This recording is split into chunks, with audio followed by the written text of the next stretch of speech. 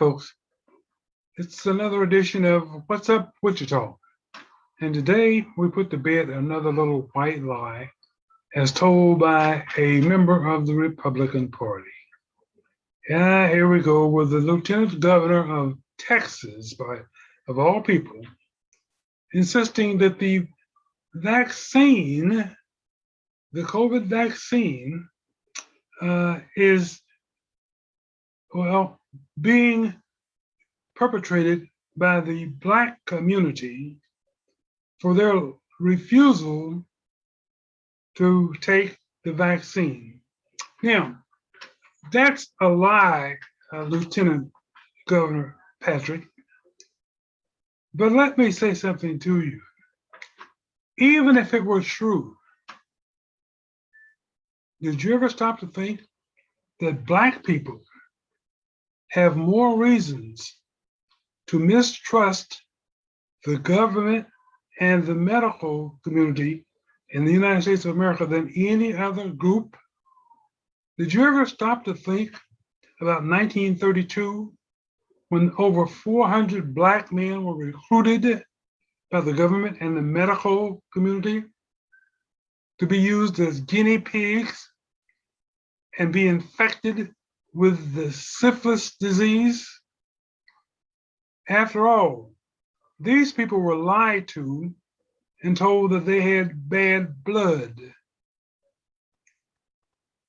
And they were used as guinea pigs to see what the effects would be on an individual that was infected with, and in this case, I should say injected with the deadly disease of syphilis if it were allowed to be untreated.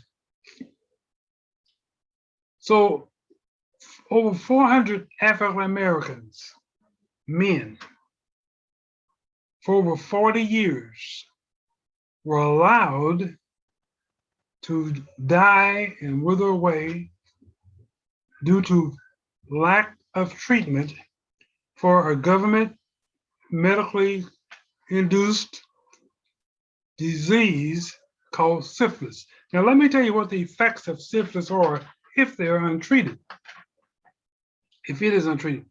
Health officials who didn't do anything for these Black men except watch the progression of the disease.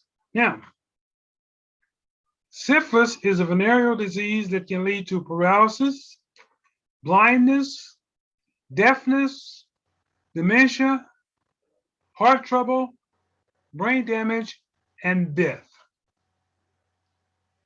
People often point to the Tuskegee experiment to explain why African Americans have every reason to mistrust the medical establishment. Now, that's bad enough, but we have even more reasons to mistrust the United States government and the medical community here in America. Let me give you just a couple more. Well, what happened to those over 400 Black men? While it was obscene, to use Leonard Pitt's words, it was hardly unique. To the contrary, from experimental procedures on the vaginas of enslaved women, Black women, to grave robbers stealing Black bodies for use in medical schools, to forced sterilization in the name of eugenics, to studies for use in medical schools. Studies revealing that white doctors think Black people feel less pain. And let's not forget, just here recently, new mother Serena Williams having to battle doctors and nurses who ignored her as she suffered a life-threatening medical emergency.